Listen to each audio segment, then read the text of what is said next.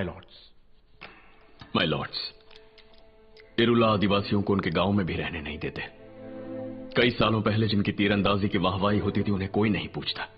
सरकार भी उनके साथ अनाथों की तरह सुलूक करती है। Mister Chandru, is this the high court or a history class? I don't इतिहास अंडरस्टैंड। भूल गए इसीलिए ये नौबत आई है। तमिल राज्य के मूल निवासियों के साथ घिनौना सुलूक कर रही है हमारी सरकार। 2-4 पैसे कमाने के लिए दिन रात मेहनत करने वाली सेंगिनी, लाखों रुपए देकर उसे केस दबाने को कहा। उसने कहा उसे पैसे नहीं चाहिए, उसे अदालत से उम्मीद है और इस अदालत का फर्ज है कि वो सेंगिनी का कानून पर जो भरोसा है उसे टूटने ना दे। और जो इस राज्य का इतिहास नहीं जानते, ये सेंगिनी जो अपने पति की गई हत्या का इंसाफ चाहती है वो सेंगिनी नहीं है, बल्कि वो तो आज की कन्नगी है। और इसका पिटीशन आज के जमाने का सिलपतिकारम है। इतिहास दोहराया जाएगा या इसे इंसाफ मिलेगा, इसका फैसला मैं कोर्ट पर छोड़ता। माय लॉर्ड्स, गुनहगारों को कड़ी से कड़ी सजा मिलनी चाहिए। जिनका नुकसान हुआ है उन्हें भरपाई मिलनी चाहिए। हम इरुला आदिवासियों के सम्मान की बातें तो करते हैं, लेकिन आज भी उन्हीं के गांव में उन्हें रहने नहीं देते। मैं चाहता हूं सेंगिनी को शहर में एक घर बनाने की जगह दी जाए। ये लॉकअप में हुए किसी मर्डर का कोई आम केस नहीं है।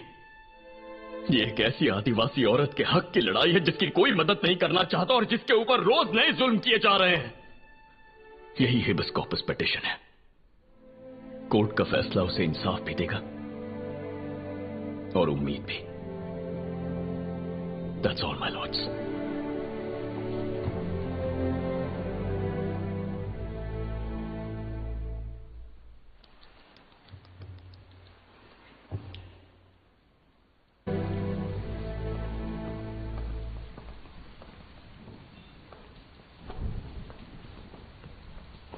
बिना किसी ठोस सबूत या गवाह के राजा कन्नू और उसके परिवार को गैर कानूनी रूप से गिरफ्तार करके उन पर जुल्म किए गए। राजा कन्नू की मौत को ये कोर्ट मर्डर मानती है। SI Gurumurthy, head constable Veerasamy और कांस्टेबल किरवाकरन, कोर्ट इन तीनों को कसूरवार मानती है और इन्हें इसी वक्त गिरफ्तार करने का आदेश देती है।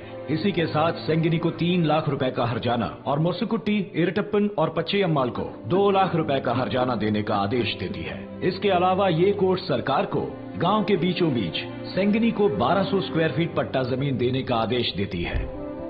अगर पुलिस और न्यायपालिका साथ मिलकर काम करें तो लोगों को अपने हक के लिए लड़ने की जरूरत ही नहीं पड़ेगी। कुछ ऑफिसर्स की वजह से पुलिस डिपार्टमेंट के माथे पर जो कलंक लगा था उसे मिटाकर लोगों का भरोसा फिर से जीतने के लिए आईजी पेरुमाल स्वामी ने जो इन्वेस्टिगेशन किया वो काबिले तारीफ है। इसी के साथ साथ पीड़ित आदिवासी महिला को न्याय दिलाने के लिए एडवोकेट चंद्रू ने जो मेहनत की